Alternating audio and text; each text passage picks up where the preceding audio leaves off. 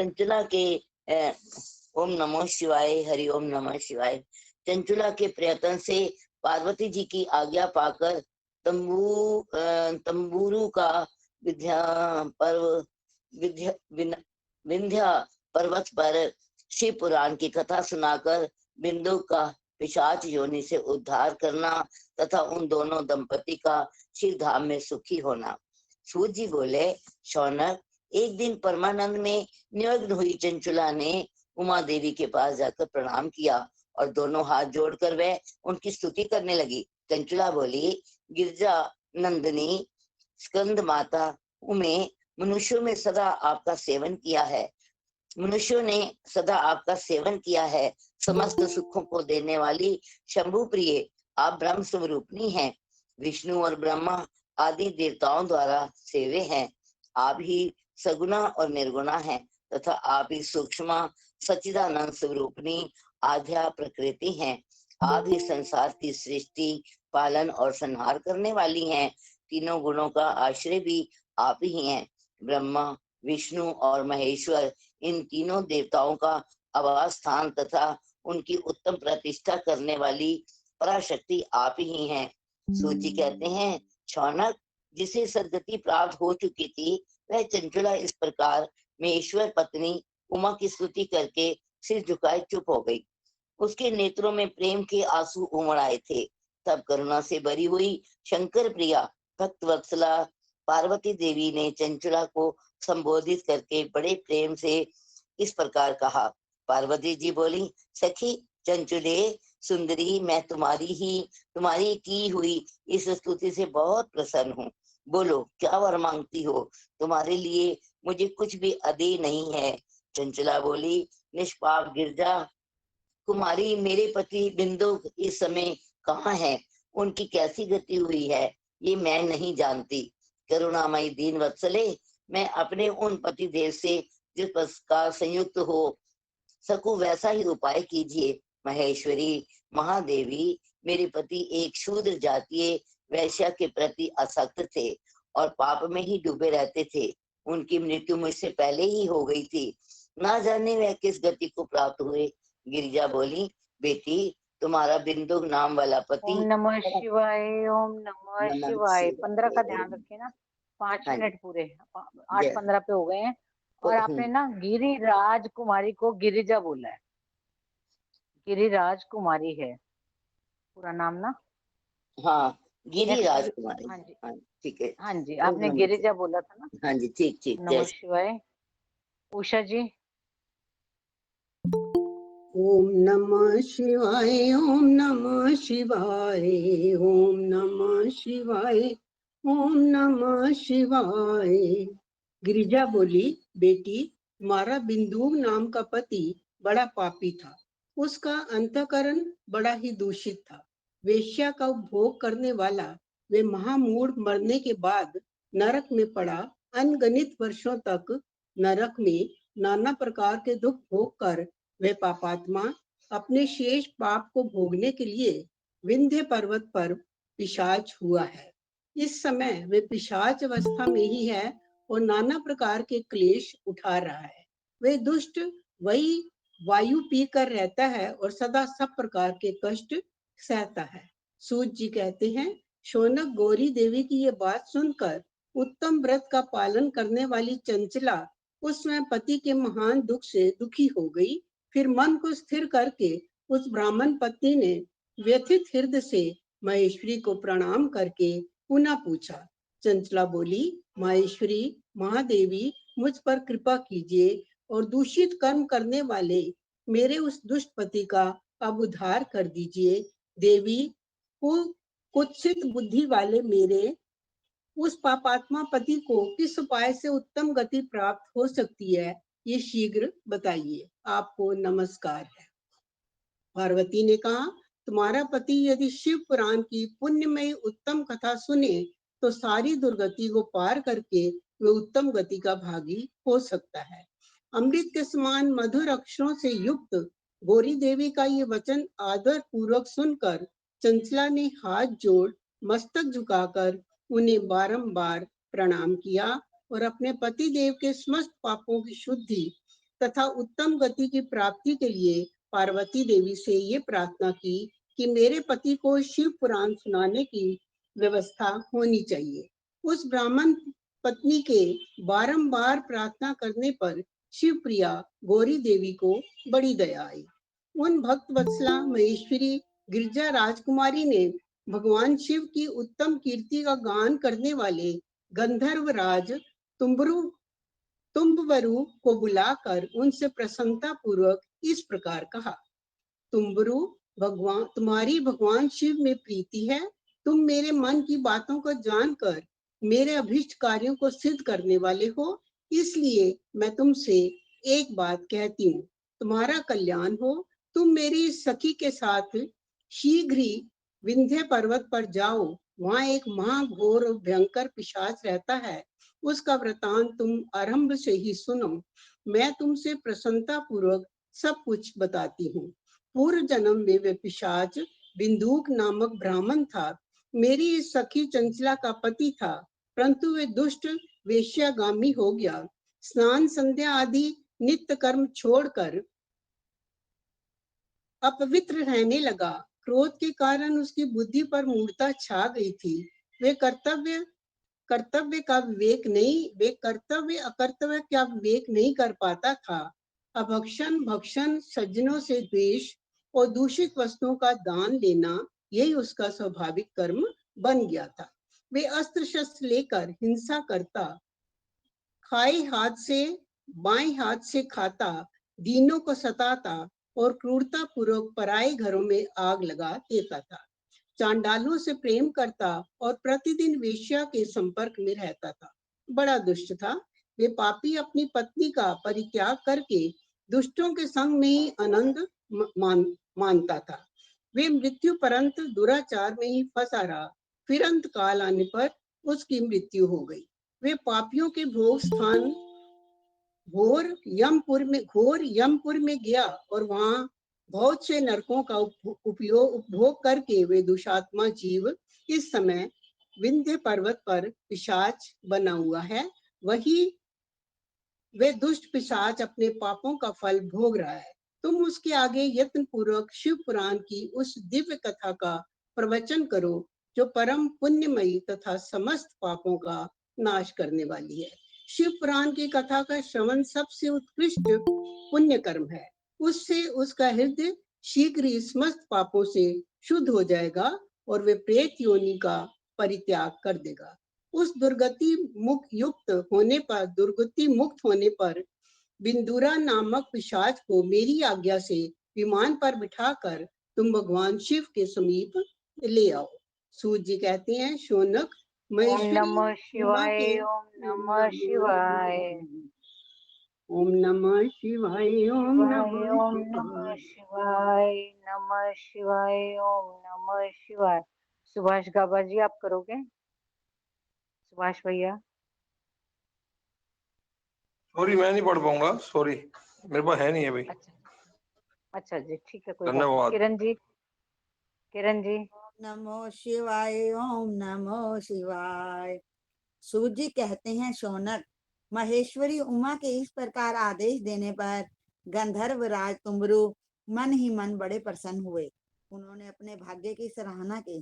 तत्पश्चात उस पिशाच की सती साध्वी पत्नी चंचुला के साथ विमान पर बैठकर नारद के प्रिय मित्र तुम्बरु वेग पूर्वक विंध्याचल पर्वत पर गए, जहाँ वह पिशाच रहता था। वहां उन्होंने उस पिशाच को देखा। उसका शरीर विशाल था, थोड़ी बहुत बड़ी थी। वह कभी हंसता, कभी रोता और कभी उछलता था। उसकी आकृति बड़ी विकराल थी।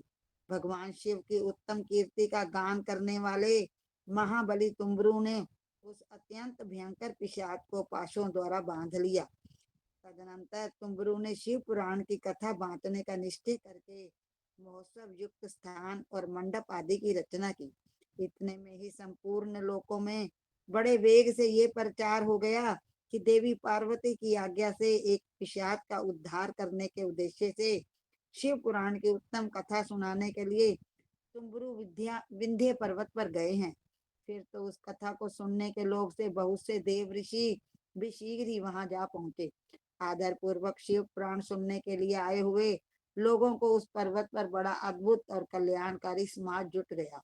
फिर तुम्बरू ने उस पिशाच को पाशों से बांधकर आसन पर बिठाया और हाथ में वीणा लेकर गौरीपति की कथा का गान आरंभ किया। पहली अर्थात विद्येश्वर संहिता से लेकर 7वीं वायु संहिता तक महात्म्य सहित शिव पुराण की कथा का उन्होंने स्पष्ट वर्णन किया। सातों संहिताओं सहित शिव पुराण का आदर पूर्वक श्रवण करके वे सभी श्रोता पूर्णतः कृतार्थ हो गए। उस परम पुण्यमय शिव पुराण को सुनकर उस पिशाच ने अपने सारे पापों को धोकर उस पैशाचिक शरीर को त्याग दिया। फिर तो शीघ्र ही उसका रूप दिव्य हो गया। अंग कांति गौर वर्ण की हो गई। शरीर पर श्वेत वस्त्र तथा सब प्रकार के पुरुषोचित आभूषण उसके अंगों का उद्भासित करने लगे। वह त्रिनेत्रधारी चंद्रशेखर रूप हो गया। इस प्रकार दिव्य देहधारी होकर श्रीमान बिंदु अपनी प्राण वल्लभा चंचुला के साथ स्वयं भी पार्वती वल्लभ भगवान शिव का गुणगान करने लगा। उसकी स्त्री को इस प्रकार दिव्य रूप से सुशोभित देख वे सभी देव ऋषि बड़े विस्मित हुए। उनका चित्त परमानंद से परिपूर्ण हो गया। भगवान महेश्वर का वह अद्भुत चरित्र सुनकर वे सभी श्रोता परम कृतार्थ हो प्रेम पूर्वक श्री शिव का यशोगान करते हुए अपने अपने धाम को चले गए। दिव्य रूपधारी श्रीमान बिंदु भी सुंदर विमान पर अपनी प्रियतमा के पास बैठकर सुख पूर्वक आकाश में स्थित हो बड़ी शोभा पाने लगा। तदनंतर महेश्वर के सुंदर एवं मनोहर गुणों का गान करता हुआ वे अपनी प्रियतमा तथा तुम्बरू के साथ शीघ्र ही शिव धाम में जा पहुंचा। वहां भगवान महेश्वर तथा पार्वती देवी ने प्रसन्नता पूर्वक बिंदु का बड़ा सत्कार किया और उसे अपना पार्षद बना लिया। उसकी पत्नी चंचुला पार्वती जी की सखी हो गई। उस घनीभूत ज्योतिर्स्वरूप परमानंदमय सनातन धाम में अविचल निवास पाकर वे दोनों दंपति परम सुखी हो गए। ओम नमो शिवाय। शिव पुराण के श्रवण की विधि तथा श्रोताओं के पालन करने योग्य नियमों का वर्णन। शौनक जी कहते हैं, महाप्राज्ञ व्यास शिष्य सूजी आपको नमस्कार है। आप धन्य हैं, शिव भक्तों में श्रेष्ठ हैं। आपके महान गुण वर्णन करने योग्य हैं। अब आप कल्याणमय शिव पुराण के श्रवण की विधि बतलाइए जिससे सभी श्रोताओं को संपूर्ण उत्तम फल की प्राप्ति हो सके। सूत जी ने कहा, मुने शौनक, अब मैं तुम्हें संपूर्ण फल की प्राप्ति के लिए शिव पुराण के श्रवण की विधि बता रहा हूँ। पहले किसी जोशी को बुलाकर दान मान से संतुष्ट करके अपने सहयोगी लोगों के साथ बैठकर बिना किसी विघ्न बाधा के कथा की समाप्ति होने के उद्देश्य से शुद्ध मुहूर्त का अनुसंधान कराएं। प्रयत्न पूर्वक देश देश में स्थान स्थान पर यह संदेश भेजें कि हमारे यहाँ शिव पुराण की कथा होने वाली है। जय ओम नमो शिवाय। ओम नमो शिवाय।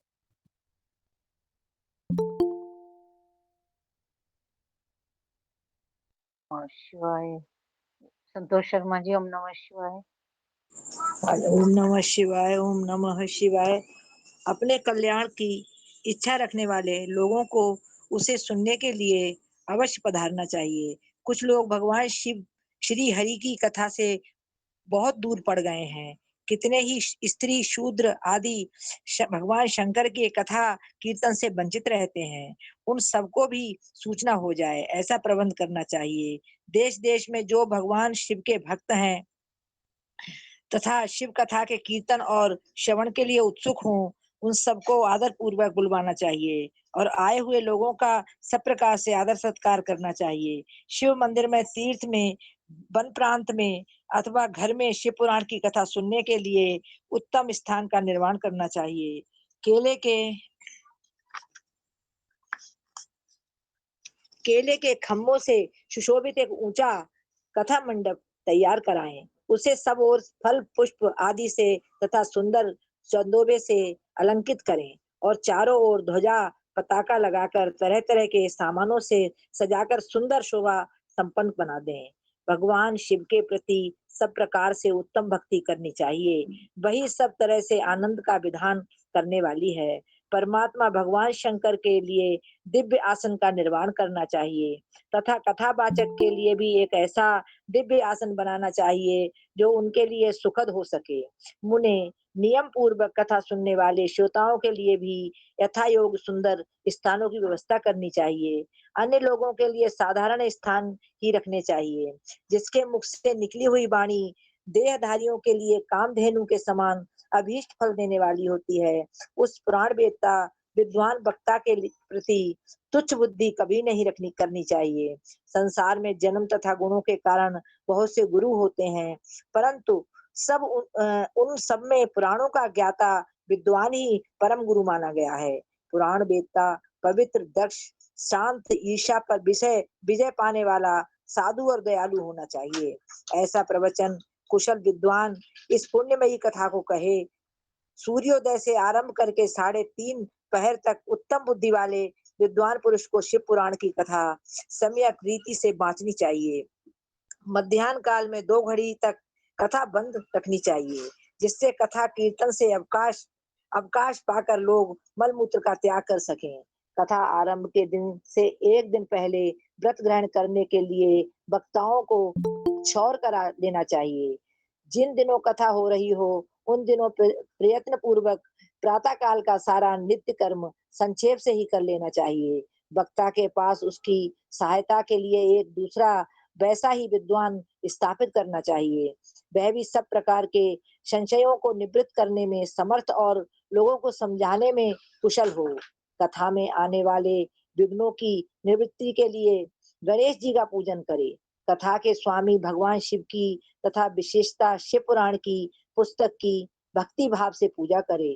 तत्पश्चात उत्तम बुद्धि वाला श्रोता तन मन से शुद्ध एवं प्रसन्न चित्त होकर आदर पूर्वक शिव पुराण की कथा सुने। जो वक्ता और श्रोता अनेक प्रकार के कर्मों में भटक रहे हैं, काम आदि 6 विकारों में युक्त हों, स्त्री में आसक्ति रखते हों और पाखंड पूर्ण बातें कहते हों, वे पुण्य के भागी नहीं होते। जो लौकिक चिंता तथा धन, ग्रह एवं पुत्र आदि की चिंता को छोड़कर कथा में मन लगाए रहते हैं, उन शुद्ध बुद्धि पुरुषों को उत्तम फल की प्राप्ति होती है। जो श्रोता श्रद्धा और भक्ति से युक्त होते हैं, दूसरे कर्मों में मन नहीं लगाते और मौन, पवित्र एवं उद्देश्य शून्य होते हैं, वे ही पुण्य के भागी होते हैं। सूत जी बोले, शौनक, अब शिव पुराण सुनने का व्रत लेने वाले पुरुषों के लिए जो नियम है उन्हें भक्ति पूर्वक सुनो। नियम पूर्वक इस श्रेष्ठ कथा को सुनने से बिना किसी विघ्न बाधा के उत्तम फल की प्राप्ति होती है। जो लोग दीक्षा से रहित हैं, उनका कथा श्रवण में अधिकार नहीं है। अतः मुने, कथा सुनने की इच्छा वाले सब लोगों को पहले वक्ता से दीक्षा ग्रहण करनी चाहिए। जो लोग नियम से कथा सुने, उनको ब्रह्मचर्य से रहना, भूमि पर सोना, पत्तल में खाना और प्रतिदिन कथा समाप्त होने पर ही अन्न ग्रहण करना चाहिए। जिसमें शक्ति हो वह पुराण की समाप्ति तक उपवास करके शुद्धता पूर्वक भक्ति भाव से उत्तम शिव पुराण को सुने। इस कथा का व्रत लेने वाले पुरुष को प्रतिदिन एक ही बार हविष्यान भोजन करना चाहिए। जिस प्रकार से कथा श्रवण का नियम सुखपूर्वक सद सके वैसे ही करना चाहिए। गरिष्ठ अन्न, दाल, जला अन्न, सेम, मसूर, भाव दूषित तथा बासी अन्न को खाकर कथाव्रती पुरुष कभी कथा को न सुने। जिसने कथा का व्रत ले रखा है वह पुरुष प्याज, लहसुन, हींग, गाजर, मादक वस्तु तथा आमिष कहीं जाने वाली वस्तुओं का त्याग दे। कथा का व्रत लेने वाला पुरुष काम, क्रोध आदि 6 विकारों को, ब्राह्मणों की निंदा को तथा पतिव्रता और साधु संतों की निंदा को भी त्याग दे। कथाव्रती पुरुष प्रतिदिन सत्य, शौच, दया, मौन, सरलता, विनय तथा हार्दिक उदारता, इन सद्गुणों को सदा अपनाए रहे। श्रोता निष्काम हो या सकाम, वह नियम पूर्वक कथा सुने। सकाम पुरुष अपनी अभीष्ट कामना को प्राप्त करता है और निष्काम पुरुष मोक्ष पा लेता है। दरिद्र, क्षय का रोगी, पापी, भाग्यहीन तथा संतान रहित पुरुष भी इस उत्तम कथा को सुने। काक, बंध्या आदि जो 7 प्रकार की दुष्टा स्त्रियां हैं, वे तथा जिसका गर्भ गिर जाता हो, वह इन सभी को शिव पुराण की उत्तम कथा सुननी चाहिए। मुने, स्त्री हो या पुरुष, सबको यत्न पूर्वक विधि विधान से शिव पुराण की ये उत्तम कथा सुननी चाहिए। ओम महर्षि नमः शिवाय, ओम नमः शिवाय। हर हर भोले। नमः शिवाय। नमः शिवाय ओम नमः शिवाय ओम नमः शिवाय ओम नमः शिवाय। प्रदीप शर्मा जी हैं तो भैया आप करोगे पाठ मीटिंग में? प्रदीप शर्मा जी, मग्गो भाई साहब, मैं करूं? हाँ जी। ये नेक्स्ट मग्गो भाई साहब आप हाँ जी करेंगे पाठ? हाँ जी कर रहा हूँ। जी। ओम नमो शिवाय ओम नमो शिवाय ओम नमो शिवाय। महर्षि, इस तरह शिव पुराण की कथा के पाठ एवं श्रवण संबंधी यज्ञोत्सव की समाप्ति होने पर श्रोताओं को भक्ति एवं प्रयत्न पूर्वक भगवान शिव की पूजा की भांति पुराण पुस्तक की भी पूजा करनी चाहिए। तदंतर विधि पूर्वक वक्ता का भी पूजन करना आवश्यक है।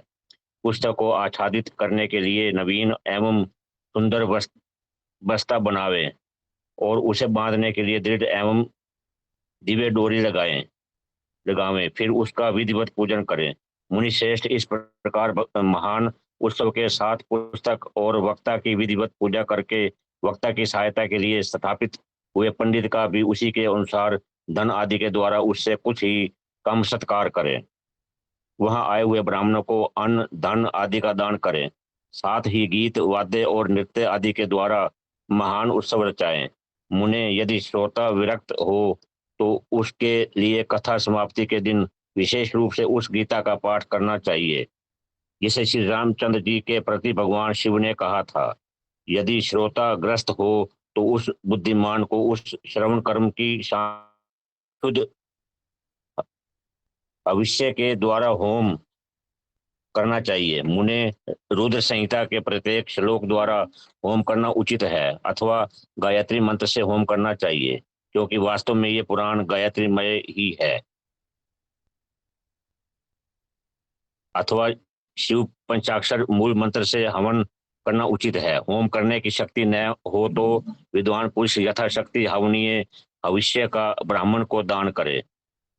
न्यूनातिरिक्त रूप न्यूनातिरिक्त रूप दोष की शांति के लिए भक्ति पूर्वक शिव सहस्त्र नाम का पाठ अथवा श्रवण करे। इससे सब कुछ सफल होता है, इसमें संशय नहीं है, क्योंकि तीनों लोकों में उससे बढ़कर कोई वस्तु नहीं है। कथा श्रवण संबंधी व्रत की पूर्णता की सिद्धि के लिए 11 ब्राह्मणों को मधु मिश्रित खीर भोजन कराए और उन्हें दक्षिणा दे। मुने, यदि शक्ति हो तो 3 तोले सोने का एक सुंदर सिंहासन बनवाए और उस पर उत्तम अक्षरों में लिखी अथवा लिखाई हुई शिव पुराण की पोथी विधि पूर्वक स्थापित करे। तत्पश्चात पुरुष उसकी आह्वान आदि विधि उपचारों से पूजा करके दक्षिणा चढ़ावे। फिर जितेंद्रीय आचार्य का वस्त्र आभूषण एवं गंध आदि से पूजन करके दक्षिणा सहित वह पुस्तक उन्हें समर्पित कर दे।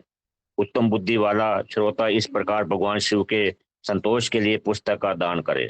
शौनक, इस पुराण के उस दान के प्रभाव से भगवान शिव का अनुग्रह पाकर पुरुष बहुबंधन से मुक्त हो जाता है।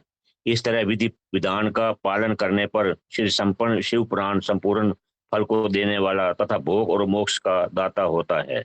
मुने, शिव पुराण का वह सारा महात्म्य जो संपूर्ण अभिष्ट को देने वाला है मैंने तुम्हें कह सुनाया। अब और क्या सुनना चाहते हो? श्रीमान शिव पुराण समस्त पुराणों के बाल का तिलक माना गया है। यह भगवान शिव को अत्यंत प्रिय, रमणीय तथा भवरोग का निवारण करने वाला है। जो सदा भगवान शिव का ध्यान करते हैं, जिनकी वाणी शिव के गुणों की स्तुति करती है और जिनके दोनों कान उनकी कथा सुनते हैं, इस जीव जगत में उन्हीं का जन्म लेना सफल है। वे निश्चय ही संसार सागर से पार हो जाते हैं। भिन्न भिन्न प्रकार के समस्त गुण जिनके सच्चिदानंदमय स्वरूप का कभी स्पर्श नहीं करते, जो अपनी महिमा से जगत के बाहर और भीतर भासमान है तथा जो मन के बाहर और भीतर वाणी एवं मनोवृत्ति रूप में प्रकाशित होते हैं, उन अनंत आनंद गण रूप परम शिव की मैं शरण लेता हूँ।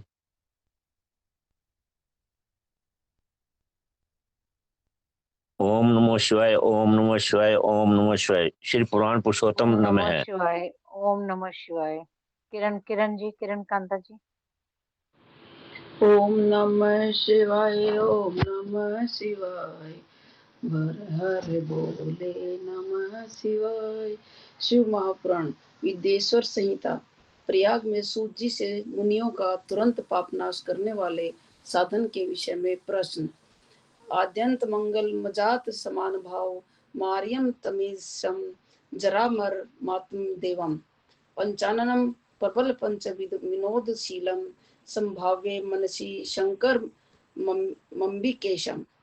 जो आदि और अंत में तथा मध्य में भी नित्य मंगलमय है, जिनकी समानता अथवा तुलना कहीं भी नहीं है, जो आत्मा के स्वरूप को प्रकाशित करने वाले देवता परमात्मा है, जिनके 5 मुख हैं और जो खेल ही खेल में अनायास जगत की रचना, पालन और संहार तथा अनुग्रह एवं तिरोभाव रूप 5 प्रबल कर्म करते रहते हैं, उन सर्वश्रेष्ठ अजर अमर ईश्वर अंबिकापति भगवान शंकर का मैं मन ही मन चिंतन करता हूँ। व्यास जी कहते हैं, जो धर्म का महान क्षेत्र है और जहाँ गंगा यमुना का संगम हुआ है, उस परम पुण्य में प्रयाग में जो ब्रह्मलोक का मार्ग है, सत्यव्रत में तत्पर रहने वाले महातेजस्वी महाभाग महात्मा मुनियों ने एक विशाल ज्ञान यज्ञ का आयोजन किया। उस ज्ञान यज्ञ का समाचार सुनकर पौराणिक शिरोमणि व्यास शिष्य महामुनि सूत जी वहां मुनियों का दर्शन करने के लिए आए। सूत जी को आते देख वे सब मुनि उस समय हर्ष से खिल उठे और अत्यंत प्रसन्नचित्त से उन्होंने उनका विधिवत स्वागत सत्कार किया। तत्पश्चात उन प्रसन्न महात्माओं ने उनकी विधिवत स्तुति करके विनय पूर्वक हाथ जोड़कर उनसे इस प्रकार कहा। सर्वज्ञ विद्वान रोमहर्षणी जी, आपका भाग्य बड़ा भारी है। इसी से आपने व्यास जी के मुख से अपनी प्रसन्नता के लिए ही संपूर्ण पुराण विद्या प्राप्त की, इसलिए आप आश्चर्य स्वरूप कथाओं के भंडार हैं। ठीक उसी तरह जैसे रत्नाकर समुद्र बड़े बड़े सारभूत रत्नों का आगार है, तीनों लोकों में भूत वर्तमान और भविष्य तथा और भी जो कोई वस्तु है वह आपसे अज्ञात नहीं है। आप हमारे सौभाग्य से इस यज्ञ का दर्शन करने के लिए यहाँ पधार गए हैं और इसी व्यास से हमारा कुछ कल्याण करने वाले हैं, क्योंकि आपका आगमन निरर्थक नहीं हो सकता। हमने पहले भी आपसे शुभाशुभ तत्व का पूरा पूरा वर्णन सुना है, किंतु उससे तृप्ति नहीं होती, हमें उसे सुनने की बारंबार इच्छा होती है। उत्तम बुद्धि वाले सूत जी, इस समय हमें एक ही बात सुननी है। यदि आपका अनुग्रह हो तो गोपनीय होने पर भी आप उस विषय का वर्णन करें। घोर कलियुग आने पर मनुष्य पुण्य कर्म से दूर रहेंगे, दुराचार में फंस जाएंगे और सबके सब सत्य भाषण से मुंह फेर लेंगे, दूसरों की निंदा में तत्पर होंगे, प्राय धन को हड़प लेने की इच्छा करेंगे, उनका मन प्राय स्त्रियों में आसक्त होगा तथा वे दूसरे प्राणियों की हिंसा किया करेंगे, अपने शरीर को ही आत्मा समझेंगे, मूढ़, नास्तिक और पशु बुद्धि रखने वाले होंगे, माता पिता से द्वेष रखेंगे, ब्राह्मण लोभ रूपी ग्रह के ग्रास बन जाएंगे, वेद बेचकर जीविका चलाएंगे, धन का उपार्जन करने के लिए ही विद्या का अभ्यास करेंगे और मद से मोहित रहेंगे, अपनी जाति के कर्म छोड़ देंगे, प्राय दूसरों को ठगेंगे, तीनों काल की संध्योपासना से दूर रहेंगे और ब्रह्म ज्ञान से शून्य होंगे, समस्त क्षत्रिय भी स्वधर्म का त्याग करने वाले होंगे, कुसंगी, पापी और व्यभिचारी होंगे, उनमें शौर्य का अभाव होगा, वे कुत्सित चौर्य कर्म से जीविका चलाएंगे, शूद्रों का सा बर्ताव करेंगे और उनका चित्त काम का किंकर बना रहेगा, वैश्य संस्कार भ्रष्ट, सब धर्म त्यागी, कुमार्गी, धनोपार्जन परायण तथा नापतोल में अपनी कुत्सित वृत्ति का परिचय देने वाले होंगे। इसी तरह शूद्र ब्राह्मणों के आचार में तत्पर होंगे, उनकी आकृति उज्जवल होगी, अर्थात वे अपना कर्म धर्म छोड़कर उज्जवल वेशभूषा से विभूषित हो व्यर्थ घूमेंगे, वे स्वभावतः ही अपने धर्म का त्याग करने वाले होंगे, उनके विचार धर्म के प्रतिकूल होंगे, वे कुटिल और द्विजन निंदक होंगे, यदि धनी हुए तो कुकर्म में लग जाएंगे। विद्वान हुए तो वाद विवाद करने वाले होंगे। अपने को कुलीन मानकर चारों वर्णों के साथ वैवाहिक संबंध स्थापित करेंगे। समस्त वर्णों को अपने संपर्क से भ्रष्ट करेंगे। वे लोग अपनी अधिकार सीमा से बाहर जाकर द्विजोचित सत्कर्मों का अनुष्ठान करने वाले होंगे। कलियुग की स्त्रियां प्राय सदाचार से भ्रष्ट और पति का अपमान करने वाली होंगी। सास ससुर से द्रोह करेंगी, किसी से भय नहीं मानेंगी, मलिन भोजन करेंगी, कुत्सित हाव भाव में तत्पर होंगी। उनका शील स्वभाव बहुत बुरा होगा और वे अपने पति की सेवा से सदा ही विमुख रहेंगी। सूत जी, इस तरह जिनकी बुद्धि नष्ट हो गई है, जिन्होंने अपने धर्म का त्याग कर दिया है, ऐसे लोगों को इहलोक और परलोक में उत्तम गति कैसे प्राप्त होगी, इसी चिंता से हमारा मन सदा व्याकुल रहता है। परोपकार के समान दूसरा कोई धर्म नहीं है। अतः जिस छोटे से उपाय से इन सब के पापों का तत्काल नाश हो जाए, उसे इस समय कृपा पूर्वक बताइए, क्योंकि आप समस्त सिद्धांतों के ज्ञाता हैं। ओम ओम नमः शिवाय। ओम नमः। बस एक छोटा सा पैरा है, उसको पूरा कर लीजिए, फिर नेक्स्ट शिव पुराण का परिचय। व्यास जी कहते हैं, उन भावित आत्मा मुनियों की यह बात सुनकर सूत जी मन ही मन भगवान शंकर का स्मरण करके उनसे इस प्रकार बोले। ओम नमः बालाजी। ओम नमः शिवाय। नमः शिवाय। हर हर बोले नमः शिवाय। धर्मबाला जी। रेवा दीदी आप शुरू करो। कर रही हूँ, मैं कर रही हूँ। ओम नमो शिवाय, ओम नमो शिवाय, ओम नमो शिवाय, ओम नमो शिव। शिव पुराण का परिचय। सूत जी कहते हैं, साधु महात्माओं, आपने बहुत अच्छी बात पूछी है। आपका ये प्रश्न तीनों लोगों का हित करने वाला है। मैं गुरुदेव व्यास का स्मरण करके आप लोगों के स्नेहवश इस विषय का वर्णन करूंगा। आप आदर पूर्वक सुने। सबसे उत्तम तो शिव पुराण है। वह वेदांत का सर्वस्व है तथा वक्ता और श्रोता का समस्त पाप राशियों से उद्धार करने वाला है। इतना ही नहीं, वह परलोक में परमार्थ वस्तु को देने वाला है। कली की कलमश राशि का विनाश करने वाला है। उसमें भगवान शिव के उत्तम यश का वर्णन है। ब्राह्मणों, धर्म, अर्थ, काम और मोक्ष, इन चारों पुरुषार्थों को देने वाला वह पुराण सदा ही अपने प्रभाव की दृष्टि से बुद्धि या विस्तार को प्राप्त हो रहा है।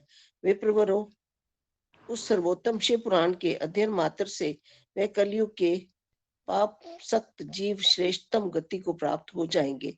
कलयुग के महान उत्पात तभी तक जगत में निर्भय होकर विचरेंगे। इसे वेद के तुल्य माना गया है। इसे वेद के तुल्य माना गया है। इस एक वेद लाइन का छूट गई है जी आपकी, एक लाइन छूट गई। कलयुग के महान, ये ऊपर नीचे हो रहा है ना, हिल रहा है इसलिए थोड़ा हो रहा है। विप्रवरों, इस सर्वोत्तम शिव पुराण के अध्ययन मात्र से वे कलयुग के पाप सक्त जीव श्रेष्ठतम गति को प्राप्त हो जाएंगे। कलयुग के महान उत्पात तभी तक जगत में निर्भय होकर विचरेंगे जब तक यहाँ शिव पुराण का उदय नहीं होगा। इसे वेद के तुल्य माना गया है। इस वेद कल्प पुराण का सबसे पहले भगवान शिव ने ही प्रणयन किया था। विश्वेश्वर संहिता, रुद्र संहिता, एकादश रुद्र संहिता, कैलाश संहिता, लाइन छूट गई जी। फिर बीच में एक लाइन रुद्र छूट गई संहिता के आपकी। बाद विनायक संहिता, विनायक संहिता, उमा संहिता, उमा संहिता, विश्वेश्वर संहिता, रुद्र संहिता, विनायक संहिता, उमा संहिता, मातृ संहिता, एकादश रुद्र संहिता, कैलाश संहिता, शत्र रुद्र संहिता, कोटि रुद्र संहिता, सहस्त्र कोटि रुद्र संहिता, वायवीय संहिता तथा धर्म संहिता। इस प्रकार इस पुराण के 12 वेद या खंड हैं। ये 12 संहिताएं अत्यंत पुण्यमयी मानी गई हैं। ब्राह्मणों, अब मैं इनके श्लोकों की संख्या बता रहा हूँ। आप लोग ये सब आदर पूर्वक सुने। विश्वेश्वर संहिता में 10,000 श्लोक है। रुद्र संहिता, विनायक संहिता, उमा संहिता,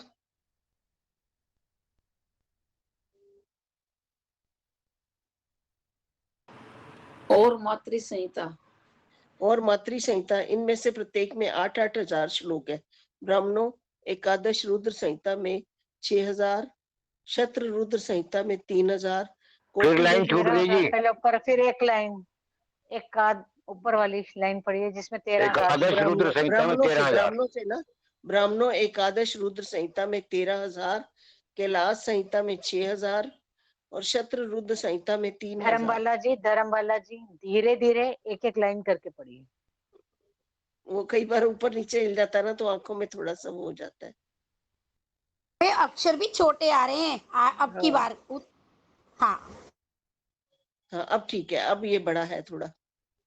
ब्राह्मणों एकादश रुद्र संहिता में 13,000, कैलाश संहिता में 6,000, शतरुद्र संहिता में 3,000, कोटि रुद्र संहिता में 9,000, सहस्त्र कोटि रुद्र संहिता में 11,000, वायवीय संहिता में 4,000 तथा धर्म संहिता में 12,000 श्लोक है। इस प्रकार मूल शिव पुराण की श्लोक संख्या 1,00,000 है, परंतु व्यास जी ने इसे 24,000 श्लोकों में संक्षिप्त कर दिया है।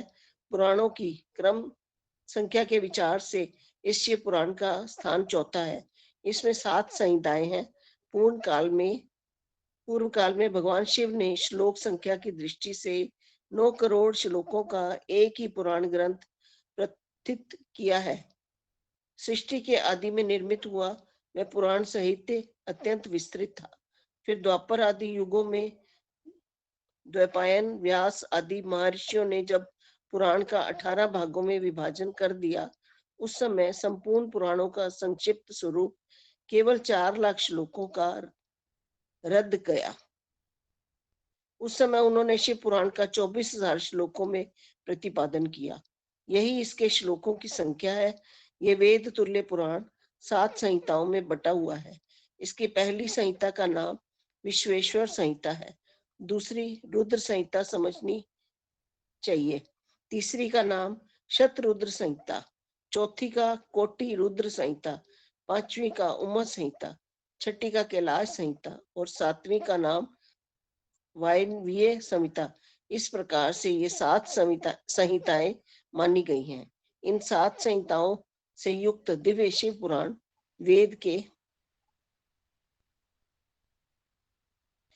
के और भक्ति से देवता का कृपा प्रसाद प्राप्त होता है।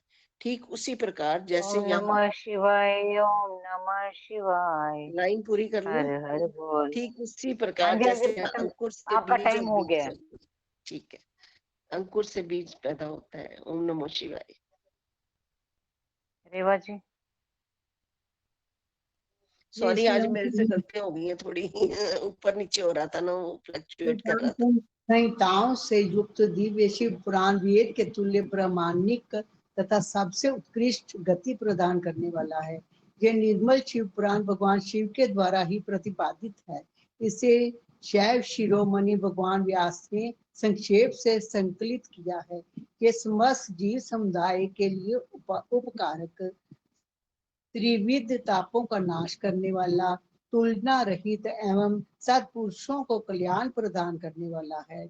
इसमें वेदांत विज्ञान में प्रधान तथा निष्कपट निष्काम धर्म का प्रतिपादन किया गया है। ये उससे तो अलग है जो इसमें आपकी दीदी वो वाला तो नहीं है, ये यहाँ से दीदी पढ़ रहे हैं, स्क्रीन से अलग बोल रहे हैं दीदी, रेवा दीदी। मैं तो, मेरे पास तो अपना है ना पुराण, उससे पढ़ रही हूँ मैं। नहीं नहीं दीदी, आप रुक जाओ फिर। नहीं, गोरखपुर वालों का जो गीता प्रेस का चल रहा है वही चलेगा। मेरा गोरखपुर गोरखपुर का ही है, मेरा गोरखपुर गीता प्रेस का ही है। तो पुरानी होगी, पेज नंबर इधर उधर हैं। गोरखपुर वालों की भी पेज नंबर इधर उधर पुरानी होगी आपकी।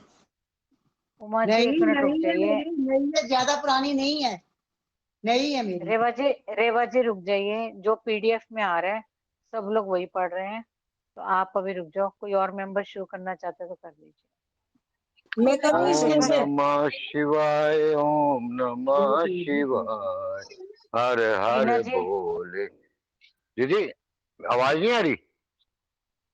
आ रही है भैया। वीना दीदी ने भी हैंड रेज किया, करने दो। अच्छा ठीक है, ठीक है वीना, कोई बात नहीं, आप कर लो। उसके बाद ठीक भैया उसी कर लेंगे। तरह ओम नमः शिवाय। ठीक उसी तरह जैसे यहाँ अंकुर से बीज और बीज से अंकुर पैदा होता है। इसलिए तुम सब ब्रह्म ऋषि भगवान शंकर का कृपा प्रसाद प्राप्त करने के लिए भूतल पर जाकर वहां सहस्त्रों वर्षों तक चालू रहने वाले एक विशाल यज्ञ का आयोजन करो। इस यज्ञपति भगवान इसमें ना एक भगवान पेज शिव छूट की गया कृपा से पीडीएफ में एक पेज छूट गया है। वो रेवा दीदी ठीक कह रही हैं कि सही चल रहा है। देखो पुराण में से देखने और उसमें पीडीएफ में हाँ, मेरा मैं भी वो पढ़ रही हूँ, जो समझ ही नहीं आ रहा क्या हो रहा है। अगले पेज पे दीदी साध्य साधन आदि का विचार में आ गया वो पीडीएफ में। जल थारी सत्य एक मिनट सब लोग, एक बार सब लोग ऑन मत करो अपना माइक, सब लोग ऑन मत करो, एक क्लैश हो रहा है, समझ नहीं आ रहा क्या बात हो पा रही है। भैया कौन सा पेज कह रहे हैं पढ़ा था ना, प्रियंका जी बताओ। रामबाला जी ने यहाँ तक पढ़ा था ना, संहिताएं मानी गई हैं। उसके बाद है इन 7 संहिताओं से युक्त दिव्य शिव पुराण, यहाँ से है ये। मैंने यहीं से तो पढ़ा था।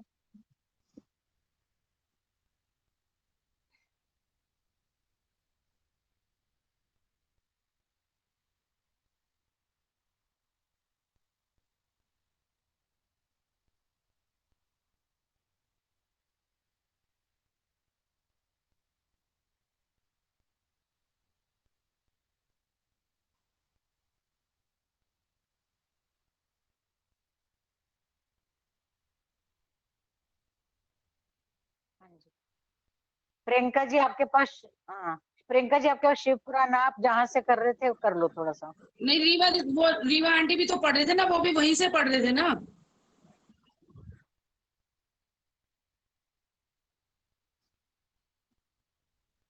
दोबारा से पढ़ू। इन 7 संहिताओं से युक्त दिव्य शिव पुराण वेद के तुल्य प्रामाणिक तथा सबसे उत्कृष्ट गति प्रदान करने वाला है। ये निर्मल शिव पुराण भगवान शिव के द्वारा ही प्रतिपादित है। इसे शैव शिरोमणि भगवान व्यास ने संक्षेप से संकलित किया है। ये समस्त जीव समुदाय के लिए उपकारक, त्रिविध पापों का नाश करने वाला, तुलना रहित एवं सत्पुरुषों को कल्याण प्रदान करने वाला है। इसमें वेदांत विज्ञान में प्रधान तथा निष्कपट निष्काम धर्म का प्रतिपादन किया गया है। ये पुराण ईर्ष्या रहित अंतःकरण वाले विद्वानों के लिए जानने की वस्तु है। इसमें श्रेष्ठ मंत्र समूहों का संकलन है तथा धर्म, अर्थ और काम इन त्रिवर्ग की प्राप्ति के साधन का भी वर्णन है। ये उत्तम शिव पुराण समस्त पुराणों में श्रेष्ठ है। वेद वेदांत में वेद्य रूप से विलसित परम वस्तु परमात्मा का इसमें गान किया गया है। जो बड़े आदर से इसे पढ़ता और सुनता है वह भगवान शिव का प्रिय होकर परम गति को प्राप्त कर लेता है। साध्य साधन आदि का विचार तथा श्रवण कीर्तन और मनन, इन 3 साधनों की श्रेष्ठता का प्रतिपादन।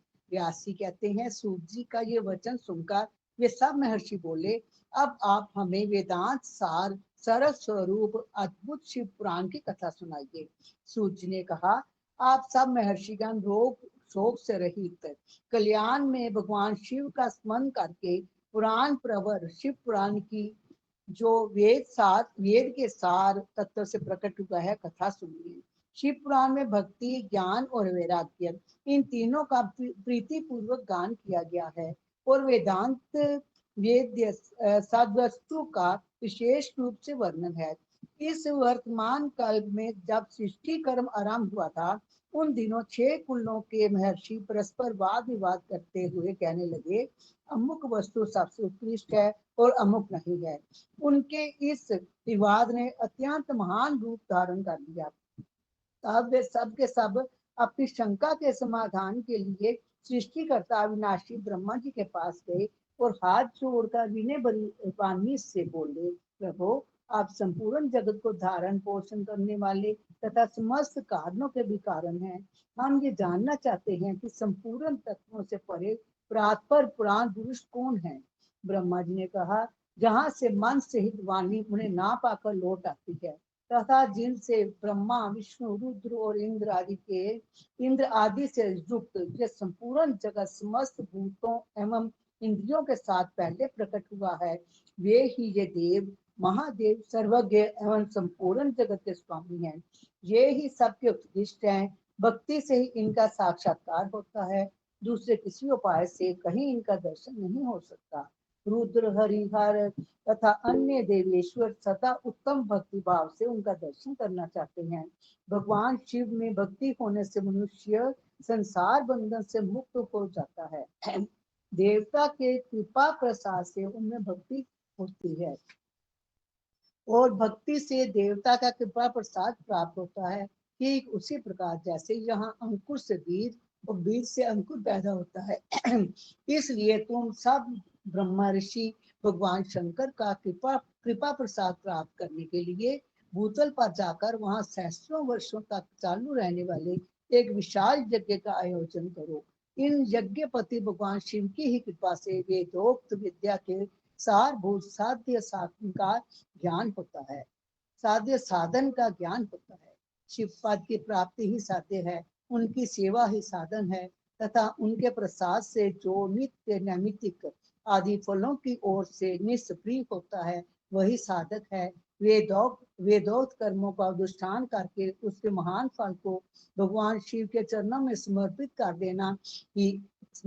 देना ही परमेश्वर पद की प्राप्ति है। वही सालोक्य आदि के क्रम से प्राप्त होने वाली मुक्ति है। उन पुरुषों की भक्ति के अनुसार उन सब को उत्कृष्ट फल की प्राप्ति होती है। उस भक्ति के साधन अनेक प्रकार के हैं, जिनका साक्षात महेश्वर ने ही प्रतिपादन किया है। उनमें से सारभूत साधन को संक्षिप्त करके मैं बता रहा हूँ। कान से भगवान के नाम गुण और लीलाओं का श्रवण, वाणी द्वारा उनका कीर्तन तथा मन के द्वारा उनका मनन, इन तीनों को महान साधन कहा गया है।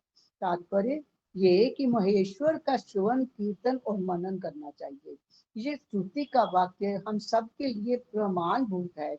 इसी साधन से संपूर्ण मनोरथ की सिद्धि में लगे हुए आप लोग परम सत्य को प्राप्त करें। लोग प्रत्यक्ष वस्तु को आंख से देखकर उसमें प्रवृत्त होते हैं, परंतु जिस वस्तु का कहीं भी प्रत्यक्ष दर्शन नहीं होता उसे श्रवणेन्द्रिय द्वारा जान सुनकर मनुष्य उसकी प्राप्ति के लिए चेष्टा करता है तथा पहला साधन श्रवण ही है। उसके द्वारा गुरु के मुख से तत्व को सुनकर श्रेष्ठ बुद्धि वाला विद्वान पुरुष अन्य साधन कीर्तन एवं मनन की सिद्धि करे।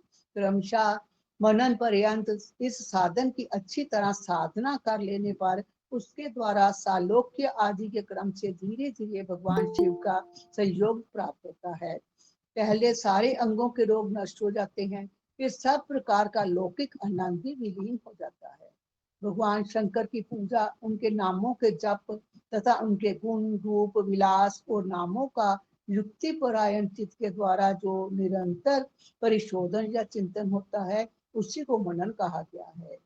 वह महेश्वर की कृपा दृष्टि से उपलब्ध होता है। उसे समस्त श्रेष्ठ साधनों में प्रधान या प्रमुख कहा गया है। सूत जी कहते हैं, मुनीश्वरों, इस साधन का महत्व बताने के प्रसंग में मैं आप लोगों के लिए एक प्राचीन वृत्तांत का वर्णन करूंगा, उसे ध्यान देकर आप सुनें। पहले की बात है, पराशर मुनि के पुत्र मेरे गुरु व्यास देव जी सरस्वती नदी के सुंदर तट पर तपस्या कर रहे थे। एक दिन सूर्य तुल्य तेजस्वी विमान से यात्रा करते हुए भगवान सनत कुमार अकस्मात वहां आ पहुंचे। उन्होंने मेरे गुरु को वहां देखा, वे ध्यान में मगन थे। उससे जगने पर उन्होंने ब्रह्मपुत्र सनत कुमार जी को अपने सामने उपस्थित देखा। देखकर वे बड़े वेग से उठे और उनके चरणों में प्रणाम करके मुनि ने उन्हें अर्घ्य दिया और देवताओं के बैठने योग्य आसन भी अर्पित किया। तब प्रसन्न हुए भगवान सनत कुमार विनीत भाव से खड़े हुए और व्यास जी से गंभीर वाणी में बोले, मुने, तुम सत्य वस्तु का चिंतन करो। ये वह सत्य पदार्थ भगवान शिव ही हैं जो तुम्हारे साक्षात्कार के विषय होंगे।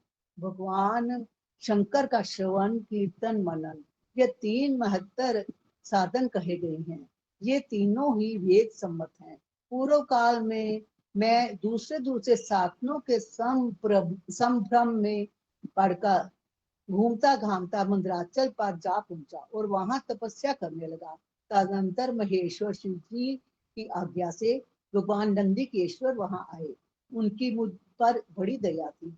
ये सब के साक्षी तथा शिव गणों के स्वामी भगवान नंदिकेश्वर मुझे स्नेह पूर्वक मुक्ति का उत्तम साधन बताते हुए बोले, भगवान शंकर का श्रवण, कीर्तन और मनन, ये तीनों साधन वेद सम्मत हैं और मुक्ति के साक्षात कारण है।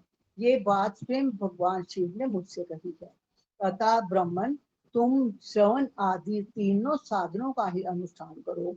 व्यास जी से बारंबार ऐसा कहकर अनुगामियों सहित ब्रह्मपुत्र सनत कुमार परम सुंदर ब्रह्म धाम को चले गए। इस प्रकार पूर्व काल के उस उत्तम वृतांत का मैंने संक्षेप से वर्णन किया है। ऋषि बोले, सूत जी, श्रवण आदि तीन साधनों को आपने मुक्ति का उपाय बताया है, किंतु जो श्रवण आदि तीनों साधनों में असमर्थ हो, वह मनुष्य किस उपाय का अवलंबन करके मुक्त हो सकता है? किस साधन भूत कर्म के द्वारा बिना यत्न के ही मोक्ष मिल सकता है? ओम नमः शिवाय, ओम नमः शिवाय, हर हर भोले नमः शिवाय। भगवान का वो जो नेक्स्ट वाला है, भगवान का है वो भगवान शिव के लिंग एवं साकार विग्रह की पूजा कर रहस्य और महत्व का वर्णन, ये कल करेंगे। ओम नमः शिवाय यही है ना? और रेवा दीदी ठीक है? यही है जी, यही है हाँ जी। दीदी मेरे पीडीएफ पीडीएफ में भी ये ये गलती है मेरे पीडीएफ में ये है भैया। अच्छा, मैं भी अपना पीडीएफ में से पढ़ रही थी, रेवा दीदी ठीक पढ़ रहे हैं।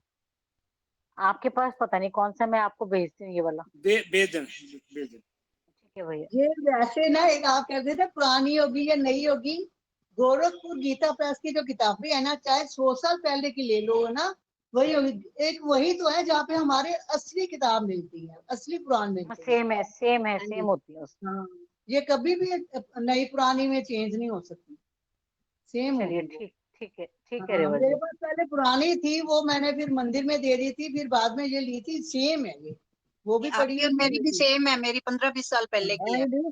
गीता प्रेस वाले ये शिव पुराण। ओम नमः शिवाय। हाँ जी, हाँ जी, हाँ जी, हाँ जी। आरती, आरती पहले, आरती वो क्या कहते हैं, उमा जी ने बोला था मैं आरती करूंगी। ओम नमः शिवाय, ओम नमः शिवाय, हर हर भोले नमः शिवाय। श्री हनुमते नमः। श्री हनुमान जी की आरती।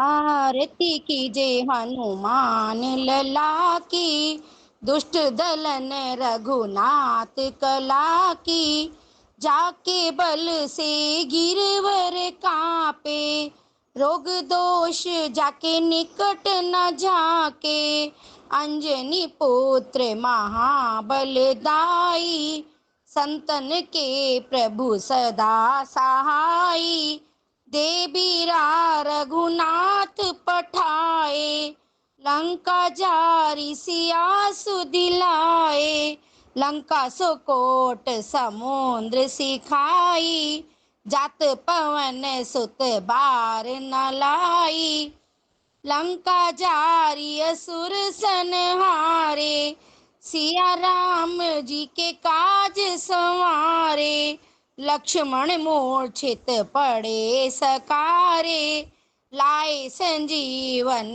प्राण उबारे, पैठी पताल तोरी अमकारे, अहि रावण की भुजा उखारे, बाही भुजा असुर दल मारे, दाहिनी भुजा संत जन तारे, सुर नर मुनि जन आरती उतारे, जय जय जय हनुमान उचारे, कंचन थाल कपूर लो छाई, आरती करत अंजना माई, जो हनुमान जी की आरती गावे, वह शिव कोंठ परम पद पावे, लंक विध्वंस कीने रघुराई, तुलसीदास स्वामी आरती गाई, आरती कीजे हनुमान लला की,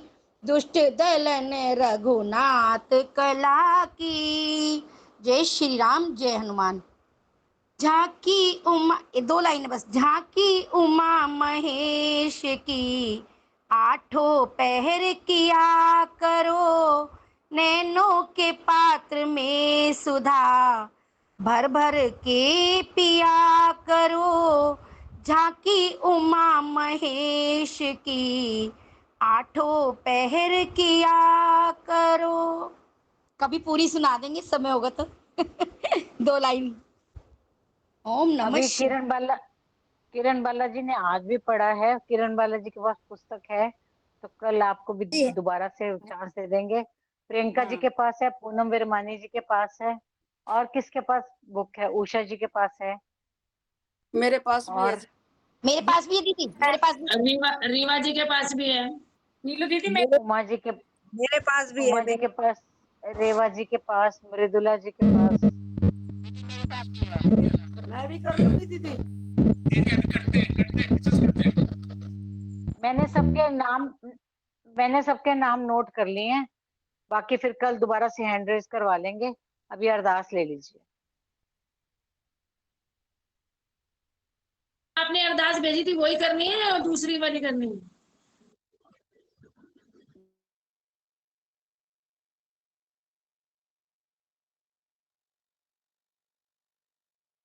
भैया ने भेजी थी ना अरदास, वही वाली। कोई कर रहा है ठीक है, नहीं तो मैं करूं। रेणु शर्मा करो प्रियंका, आप करो। रेणु प्रियंका जी शर्मा आप ने करो। लिखा, रेणु शर्मा जी ने लिखा था। हाँ जी करती हूँ मैं। झांकी उमा महेश की, आठों पहर किया करूं, नैनों के पात्र में सुधा भर भर के मैं पिया करूं। झांकी उमा महेश की, आठों पहर किया करूं, वाराणसी का वास हो और कोई ना पास हो, श्री गिरजापति के नाम का सुमिरन भजन किया करूं। झांकी उमा महेश की, आठों पहर किया करूं, नैनों के पात्र में सुधा भर भर के मैं पिया करूं। जयति जय उमेश है, जयति जय नंदकेश है, जयति जय महेश है, प्रेम से मैं जपा करूं। झांकी उमा महेश की, आठों पहर किया करूं, नैनों के पात्र में सुधा भर भर के मैं पिया करूं। अम्बा कहीं श्रमित न हो, सेवा का भार मुझको दो, जी भर के तुम पिया करो और घोट के मैं दिया करूं। झांकी उमा महेश की, आठों पहर किया करूं, नैनों के पात्र में सुधा भर भर के मैं पिया करूं। जी में तुम्हारी है लगन, खींचते हैं उधर व्यसन, हरदम चलाए मान मन, इसका उपाय क्या करूं। झांकी उमा महेश की, आठों पहर किया करूं, नैनों के पात्र में सुधा भर भर के मैं पिया करूं। भिक्षा में नाथ दीजिए, अपनी शरण में लीजिए, ऐसा प्रबंध कीजिए, सेवा में मैं रहा करूं। झांकी उमा महेश की, आठों पहर किया करूं, नैनों के पात्र में सुधा भर भर के मैं पिया करूं। तुम तो जगत के नाथ हो, सब पर दया कहाते हो, तुम मैं भी निराश हूँ प्रभु, द्वारे से क्यों फिरा करूं। झांकी उमा महेश की, आठों पहर किया करूं, नैनों के पात्र में सुधा भर भर के मैं पिया करूं। बेकल हूँ नाथ रात दिन, चैन नहीं है आप बिन, दास तो सर्व कर भी ले, दिल का इलाज क्या करूं। दास तो सर्व कर भी ले, दिल का इलाज क्या करूं।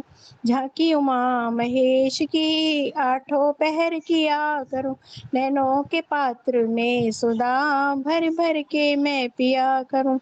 ओम नमः शिवाय, ओम नमः शिवाय, हर हर भोले नमः शिवाय। नमः शिवाय, ओम नमः शिवाय, हर हर बोले नमः शिवाय। जी भैया।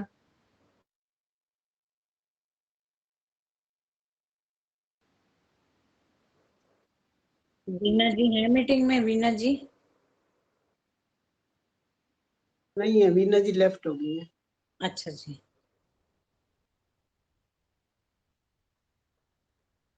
बबली दीदी, कृष्णा जी,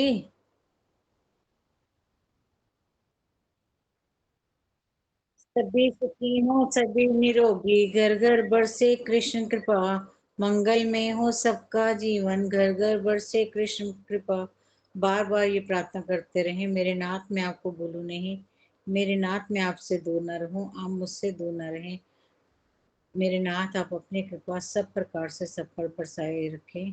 गो सेवा और गीता पाठ नित्य नियम से मंत्र जाप करते रहो जब तक है श्वास, मिटेंगे पाप ताप संताप, बढ़ेंगे सुख समृद्धि सद्भाव। जय श्री कृष्णा, जय श्री राधे, जय भगवद गीता, जय गौ माता, जय गुरुदेव। बांके बिहारी लाल की जय, राधा जू सरकार की जय, वृंदावन धाम की जय। सबके हृदय में बैठे हुए परम पिता परमात्मा को हृदय से नमन। जय श्री कृष्णा, जय श्री राधे। जय श्री कृष्णा, जय श्री राधे, जय जय श्री कृष्ण। मोंगा भाई सब कुछ अनाउंस करना चाहते हैं, प्लीज सब माइक म्यूट कर लें।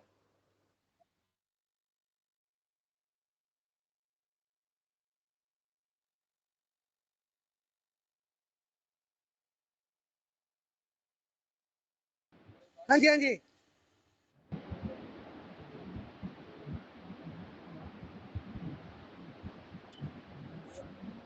हो जाएगी कल मेरे को मिल जाएगी, कल शाम को पहुंच जाएगी इनको।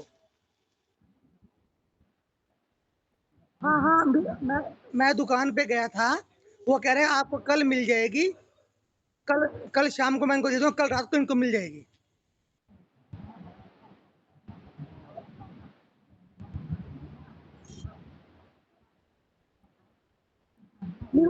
यहाँ पे मैं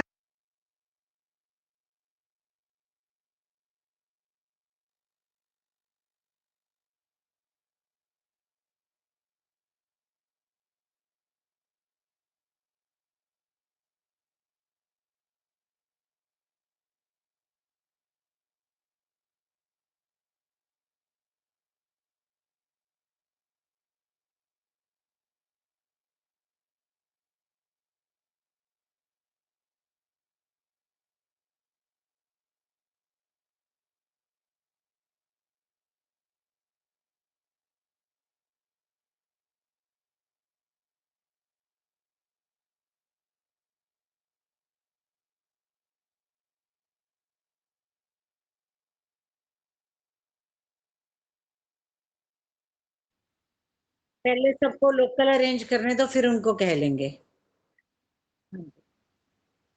ठीक है।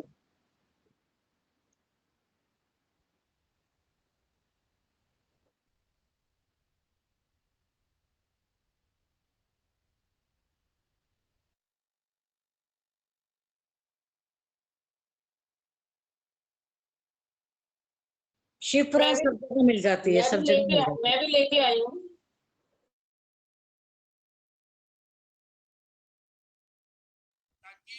हम जो पुराण पढ़ रहे हैं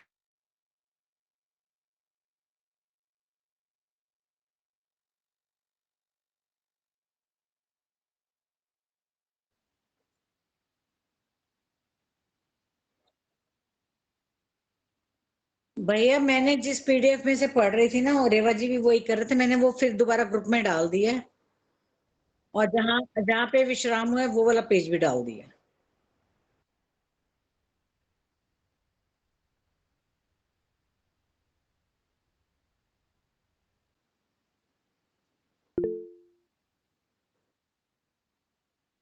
नहीं, अभी आप कल ना पीडीएफ मत शेयर कीजिएगा, जो बुक्स हैं बुक्स से ही पढ़ेंगे पहले। ठीक है जी। वो पीडीएफ जो शेयर करेंगे ना तो थोड़े अक्षर बड़े होने चाहिए ताकि सही से दिख जाए। उनको धर्मबाला जी को ठीक नहीं दिख रहा था, छोटे अक्षर थे।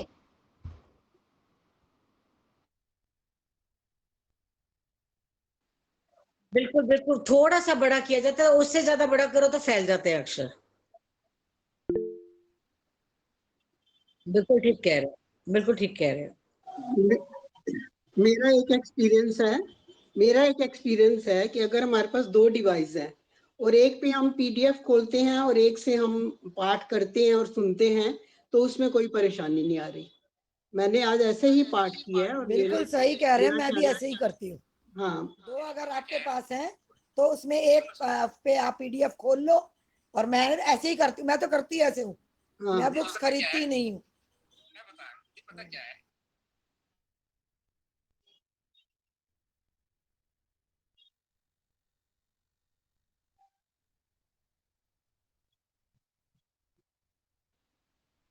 मैं भी बैठ करके उसी में से पढ़ रही थी।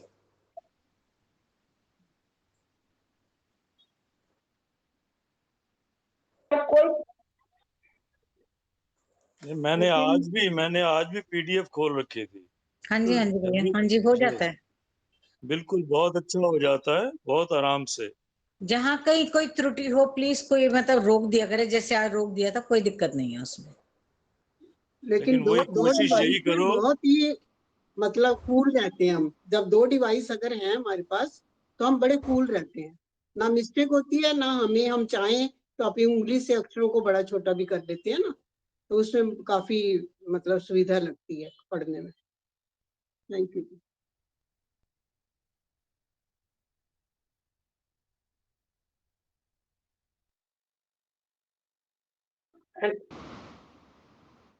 त्रुटियों के लिए श्री हरे नमा कर लो, एक बार 2 बार।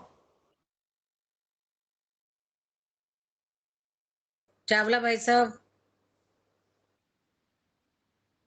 हाँ जी, मैं ये कह रहा हूँ मोंगा जी, आप और नीलू जी दोनों जो है कि बुक भी साथ में खोल के रखो, ताकि जैसे अभी मैंने पूछा था पेज नंबर कितना है तो बताया नहीं किसी ने, तो भैया इसलिए मैंने लिखा, मैं तो पीडीएफ वाला पेज नंबर लिख रही थी साथ साथ जो भी था। तो इस पर मैंने बाद में लिखा कि ये बुक का पेज नंबर 48 है।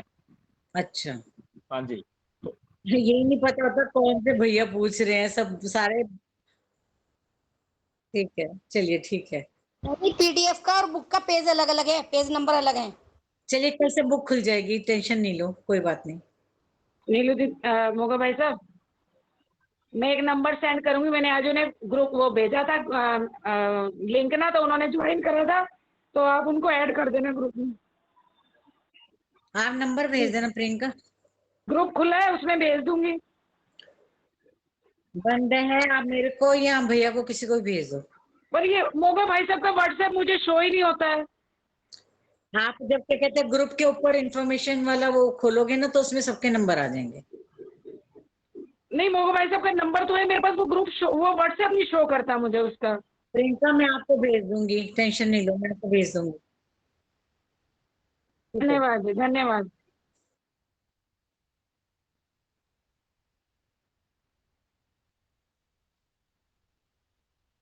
मैंने इनको ऐड किया था भैया।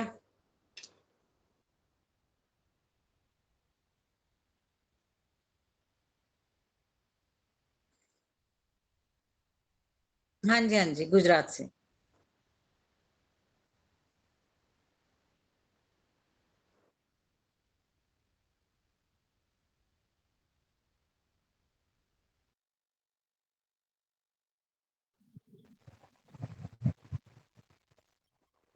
मैं गुजरात से भावना त्रिवेदी बोल रही हूँ भाई साहब।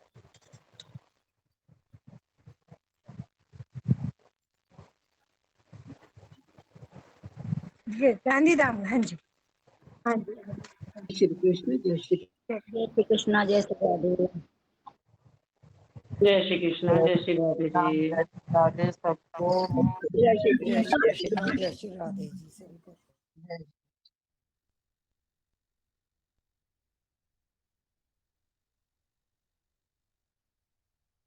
नहीं, कुछ गलत नहीं कहते हो, सही है सब।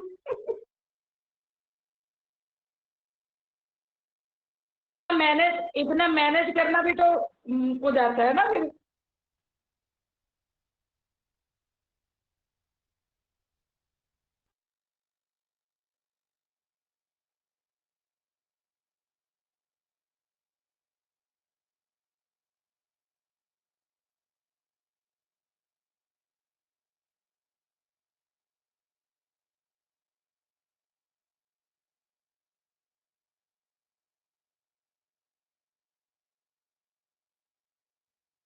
भैया मैं तो यही कह रही हूँ, मैंने भी आपको पीडीएफ भेजी है, और जो मैंने आपको पीडीएफ भेजी है मेरे पास जो पुराण है बिल्कुल सेम है।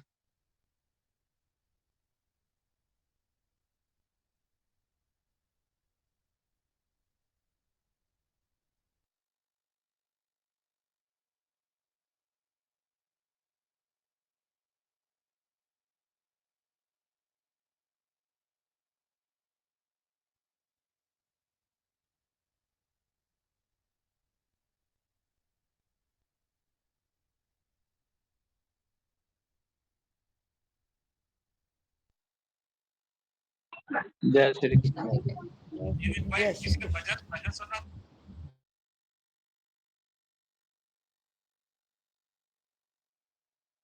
भैया कमाल ही हो गया। मैं कह रही हूँ कि कल सुनाऊंगी, आपने यही आदेश कर दिया, झांकी उमा महेश की।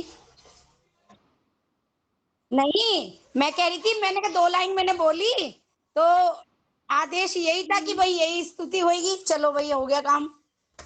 मैंने आज कहा था मैं करूंगी, मैंने लिखी उतार ली थी मैंने फोन से, इसीलिए जिसके मुंह से सुननी हो प्रभु ने वही होगा।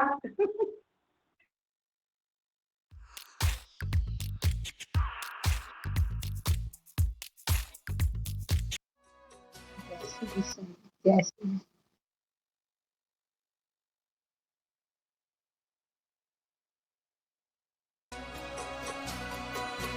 सांसों का क्या भरोसा, सांसों का क्या भरोसा, रुक जाए चलते चलते, रुक जाए चलते चलते, जीवन की है जो ज्योति,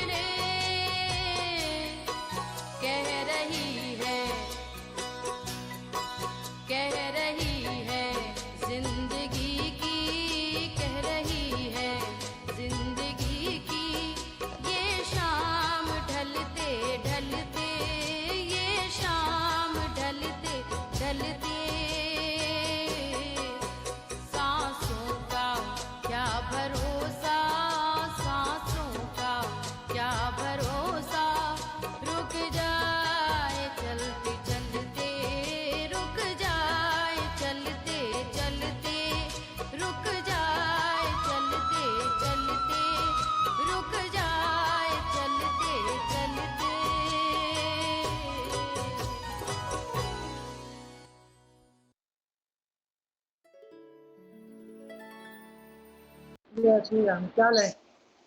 ठीक ठीक है।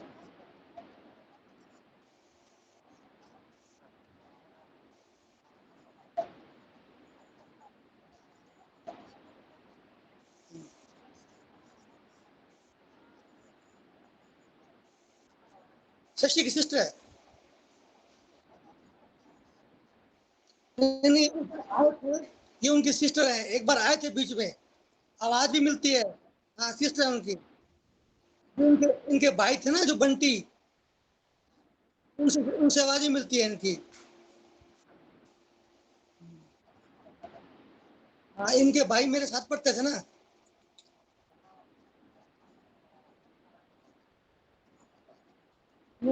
आवाज भी वही है।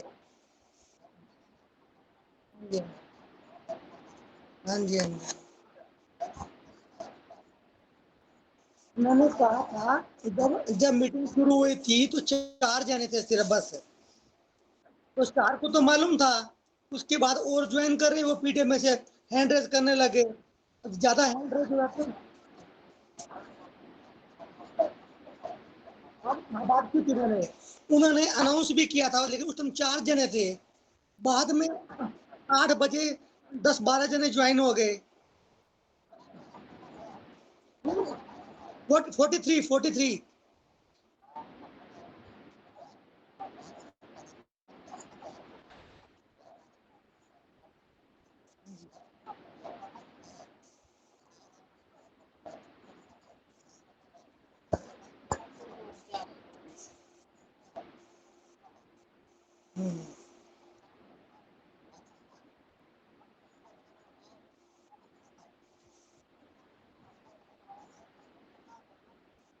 नहीं है, वो तो मतलब वैसे मिल जाएगी, वो तो वैसे भी दिक्कत नहीं है।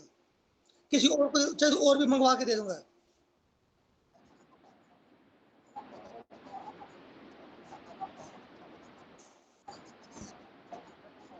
हाँ जी हाँ जी हाँ जी।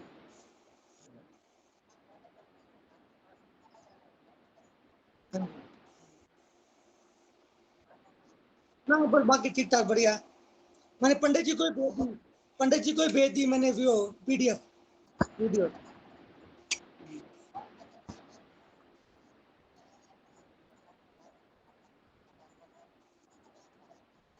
हाँ जी हाँ जी हाँ जी हाँ जी।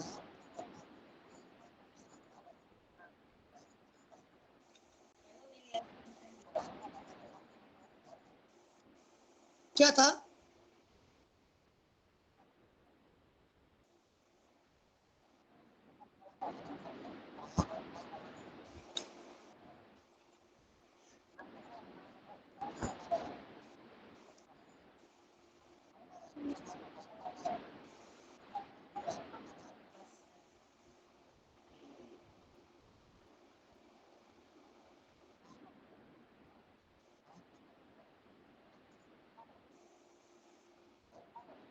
हाँ जी हाँ जी।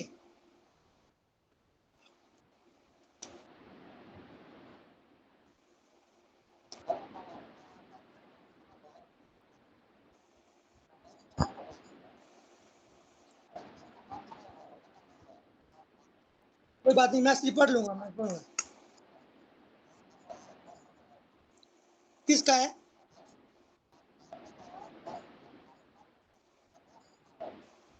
अच्छा रमेश, ये फोटोग्राफर है। आंवल में फोटो, आंवल में फोटोग्राफर था ना जो, वो है ये। हाँ जी।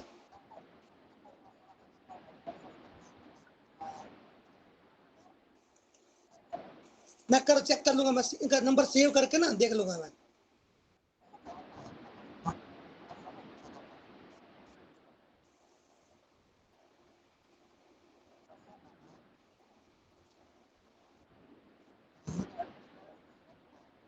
वाह जी वाह, अच्छा अच्छा।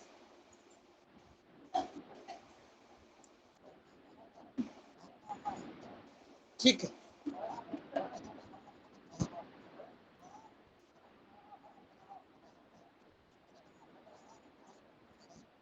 हाँ जी हाँ जी हाँ जी हाँ जी। ठीक ठीक। और रिकॉर्डिंग बहुत अच्छी की आपने रिकॉर्डिंग। हाँ जी, हाँ रिकॉर्डिंग हमने रात को दोबारा चलाई थी यहाँ पे घर पे।